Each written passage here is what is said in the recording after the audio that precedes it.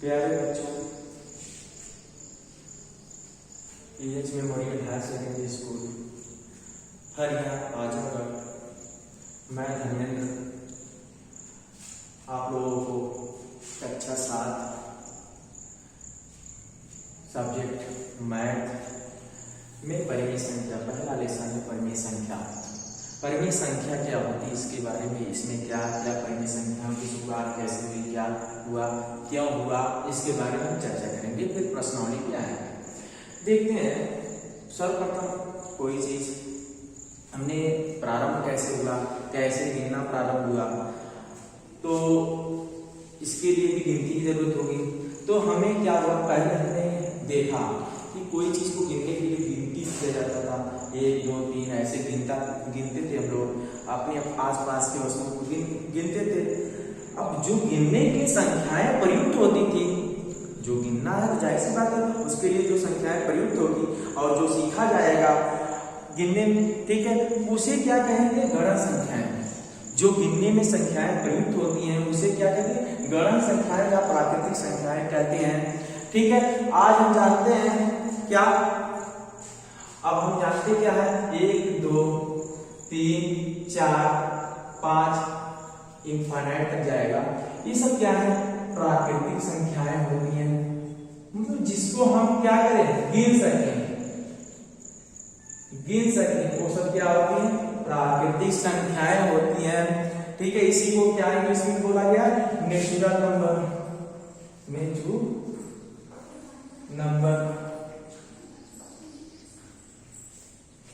इसी को 1 2 3 4 ऐसे ही अनंत संख्या है जिसको हम गिन सके, गिनती में प्रयोग कर सकते, किसी वस्तु को गिनने में प्रयोग कर सके, वही होता है क्या, प्राकृतिक संख्याएं होती हैं। अब कुछ दिन के बाद क्या हुआ, शून्य की खोज हो गई, कोई दिन बीता, शून्य भी कोई चीज होगा कि कुछ नहीं है, तो उसके लिए हम क्या करेंगे, तो शून्य की खोज हुई। शून्य से अगर कोई गिनती लिखी जा रही है, इसको सम्मिलित कर दिया गया, इसी को क्या कहा जाता है, पूर्ण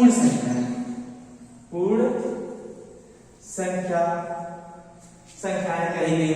ठीक है, फिर समय बीतता चला गया, तो अब देखिए फिर माइनस की संख्या है, माइनस में जो पूर्ण संख्या है जैसे -1 -2 -3 -4 -5, ये सब जो संख्याएं हैं इसको क्या कहां से रखा गया, सभी को मिला के इसे हम लोग रखे पूर्णांक कहा गया। पूरे अंक को क्या किया गया, सुसज्जित कर लिया गया। ठीक है, अब हम पढ़ेंगे, इतना चीज जानकारी हुई कि सर्वप्रथम हमें कोई चीज वस्तु को, अपने आसपास की वस्तुओं को गिनने के लिए जो भी संख्याएं प्रयुक्त की जाती हैं उन्हीं को हम गणन संख्या या प्राकृतिक संख्याएं कहते हैं। और कुछ समय बाद जब 0 का खोज हुआ, जीरो को उसमें सम्मिलित किया गया, तो 0 से लेकर इनफाइनाइट तक की जितनी संख्या है उसको पूर्ण संख्या कहा गया। फिर 0 से पहले जो -1 -2 -3 -4 इस तरह इनफाइनाइट तक इधर गया, फिर 0 के बाद वो प्लस वाले में 1 2 3 4 5 6 7 इस तरह की जो संख्याएं गई उधर अनंत तक, उसको क्या कहा गया, पूर्णांक कहा गया। ठीक है,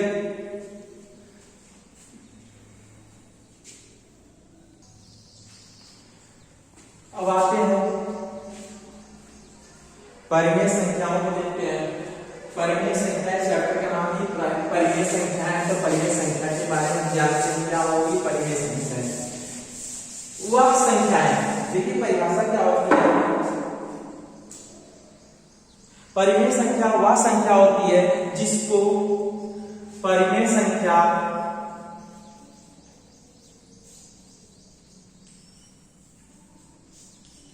इसी को कहते हैं रेशनल नंबर।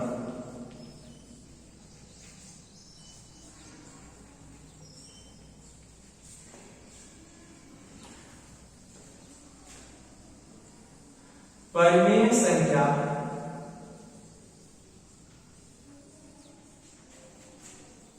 वह होती है, वह संख्या होती है जिसे P/Q के रूप में लिखा जा सके। और एक चीज और नोट करिएगा, P बटा Q के रूप में लिखा जा, लेकिन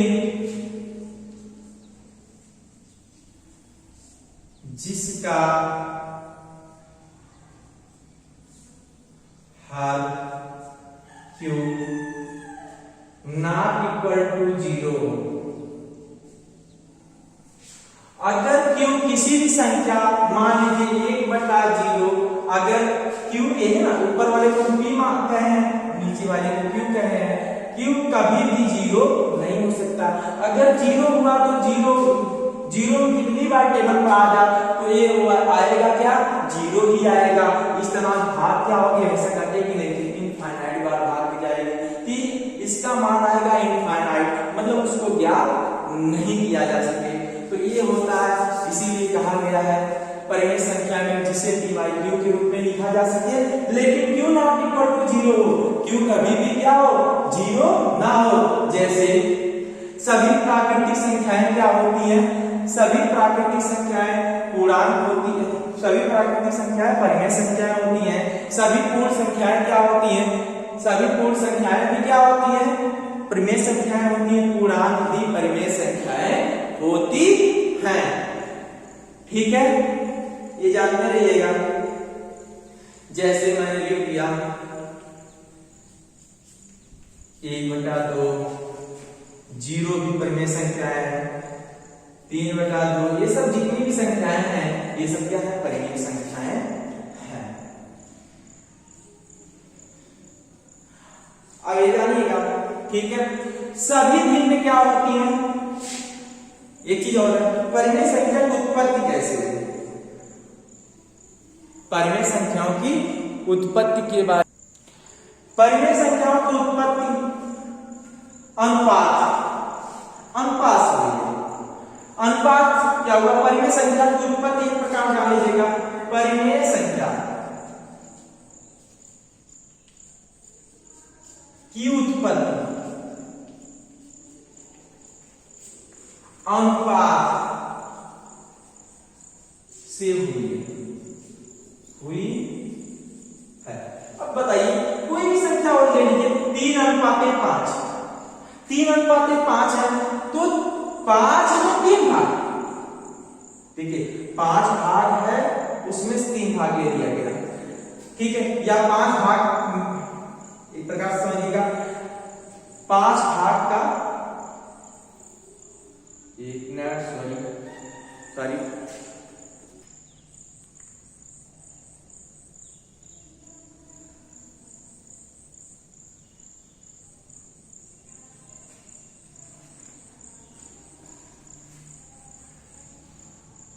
परिमेय संख्या की उत्पत्ति अनुपात से हुई है। 3:5 को हम लिख सकते हैं 3/5 लिख सकते हैं, ठीक है। और सभी भिन्न क्या होती है, परिमेय संख्याएं होती हैं, जैसे 100/101 हो गया, 1/2 हो गया, सब भिन्न है ना, भिन्न है तो जाहिर सी बात है वो क्या होगा, परिमेय संख्याएं होंगी।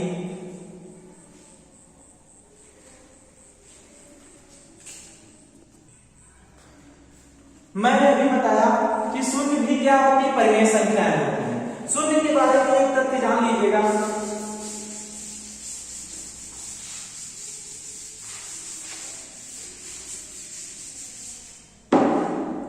शून्य ना तो धनात्मक ना तो ऋणात्मक परिमेय संख्या है,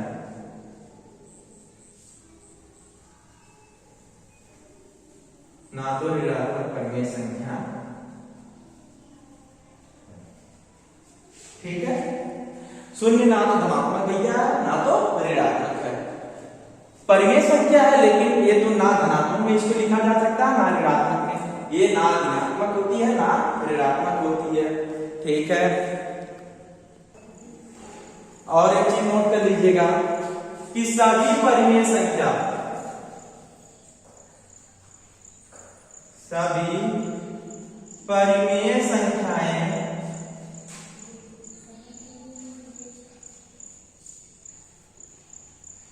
भिन्न नहीं होती, भिन्न नहीं होती, परंतु सभी भिन्न परिमेय संख्या होती है, संख्या होती है। ध्यान दीजिएगा, सभी परिमेय संख्याएं क्या है? भिन्न नहीं होती, भिन्न नहीं होती हैं, परंतु सभी भिन्न संख्याएं परिमेय संख्याएं क्या होती हैं? भिन्न, सभी भिन्न क्या हो? परिमेय संख्या होती है। अभी तक हमने जाना कि परिमेय संख्याएं क्या होती है, परिमेय संख्या कौन कौन सी होती है, जीरो परिमेय संख्या है या नहीं, तो इसके बारे में चर्चा कर चुके। अब आते हैं प्रश्नावली पर। अभ्यास 1 ए पढ़ेंगे। तो पहला सवाल इसमें क्या है? निम्नांकित पूर्णांकों को परिमेय संख्या के रूप में लिखिए। निम्नांकित पूर्णांकों को देखिएगा, निम्नांकित नीचे दिए गए जो अंकित हैं उन सवाल उन पूर्णांकों को परिमेय संख्याओं के रूप में लिखिए जिनका हर एक हो, मतलब उसका हर एक हो। ऊपर वाले को हम अंश कहते हैं और नीचे वाले को हम हर कहते हैं।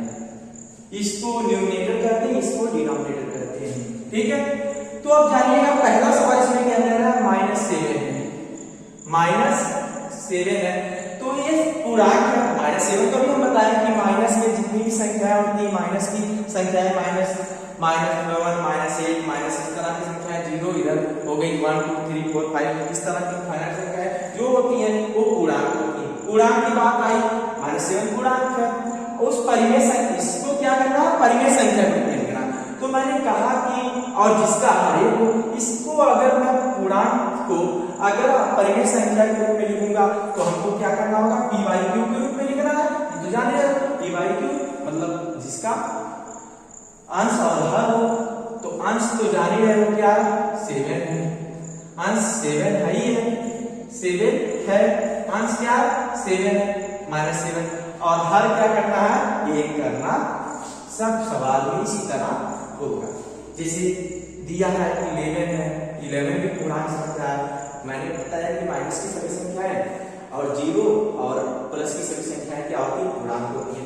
इसको भी 11/1 लिखिए क्योंकि हर का अंश 11 और हर 1 है। तो इस तरह की जितनी भी सवालें हैं सब हो जाएगा। 27 हो गया, 27 को क्या लिखेंगे सर? 27/1 हो गया, लिख सकते हैं। फिर -45 है, -45 को क्या लिख सकते हैं? -45/1 लिख सकते हैं। ठीक है, 71 को क्या लिखेंगे? 71/1 लिखेंगे। आप सब सवालों में देखिएगा, ये पूर्णांक है, ये भी पूर्णांक है, ये भी पूर्णांक है और ये भी पूर्णांक है। और इस पूर्णांक को क्या करना? परिमेय संख्या के रूप में लिखना, जिसका हर 1 को हमने लिखा। इसका अंश 1 हो गया, इसका हर 1 हो गया, इसका अंश 11 और हर 1 हो गया। 27 इसका अंश हो गया, 1 हर हो गया। -45 इसका अंश हो गया, 1 हर हो गया और 71 इसमें अंश हो गया और 1 हर हो गया। सभी संख्याएं हो गई। ठीक है, नोट कर लीजिएगा। दूसरा सवाल है -4/5 को ऐसी परिमेय संख्या के रूप में व्यक्त कीजिए जिसका अंश है, मतलब सवाल अधूरा है। जिसका अंश क्या है? पहला सवाल जानिएगा, जिसका अंश है 8। इसमें पहला सवाल दिया है जिसका अंश 8 है। अभी ध्यान दीजिएगा, 8 जिसका अंश है। अब इसको क्या करेंगे? ऐसी परिमेय संख्या के रूप में लिखिए। जैसे क्या होगा? 8 है तो मतलब हम क्या करेंगे? -4/5 को कितने से मल्टीप्लाई करेंगे? 8 आ जाए इसका अंश। अंश तो यही है, मतलब 2 से मल्टीप्लाई हो रहा है और ये प्लस में है तो माइनस यहाँ, तो माइनस यहाँ से मल्टीप्लाई कर देंगे। और जितने से ऊपर करते हैं यहाँ से मल्टीप्लाई, उतने से नीचे भी करते हैं। जो अब देखिएगा 4 2 जा 8, मतलब 4 दूनी 8 और 5 दूनी 10। लेकिन यहाँ प्लस है, यहाँ माइनस, मल्टीप्लाई होगा तो माइनस होगा। तो इसका जिसका अंश क्या हो गया, जिसका अंश क्या होगा 8 हो गया, और हर क्या हो जाएगा 10 हो जाएगा। इस तरह सभी सवाल कर लीजिएगा। खा वाला देख लीजिए, एक सवाल और आप लोगों को बता दे रहा हूँ, ठीक है। -16 हो जाएगा, जिसका हर -16 हो जाएगा। देखिएगा -4 है बट्टी 5 है, -4/5 है। इसमें अंश को हमको 16 करना है, जिसका अंश 16 है। इसमें किससे मल्टीप्लाई करेंगे, देखिए माइनस है, यहाँ से 4 से मल्टीप्लाई करेंगे, 4 4 को 16 प्लस माइनस से मल्टीप्लाई माइनस हो जाएगा। बट यहाँ भी 4 से तो मल्टीप्लाई करेंगे, क्योंकि जितना ऊपर उतना नीचे, क्योंकि मान में इफेक्ट ना पड़े, कोई प्रभाव पड़े ना। तो 4 4 को 16 -16 और 5 4 को 20, ये होगी परिमेय संख्या। आगे का सवाल आप कर सकते हैं, ठीक है। आगे का सवाल आप लोग कर लीजिएगा। आगे का सवाल है 20 को बदलना है, और घा है -24 को कन्वर्ट करना। आप लोग कर सकते हो, हमें यकीन है, ठीक है। आगे करिएगा आप लोग, ठीक। तीसरा सवाल क्या है, -5/-7 -5/-7 को ऐसी परिमेय संख्या के रूप में लिखिए, ऐसी परिमेय संख्या के रूप में व्यक्त कीजिए जिसका हर की बात हो रही, जिसका हर पहला क्या है, सवाल से पहला क्या है 7 है, 7 और ऋण ऊपर और नीचे दोनों हो तो ये क्या हो जाएगा, प्लस हो जाएगा, ठीक है। ऋण क्या होगा, से कैंसिल हो जाएगा, ये प्लस हो गया। तो इसको क्या करना होगा, आप जान ही गए हो, 5/7 है, 5/7 है, और हर एक होता है, हर को क्या करना, 7 ही रखना है, जिसका हर क्या है 7 है।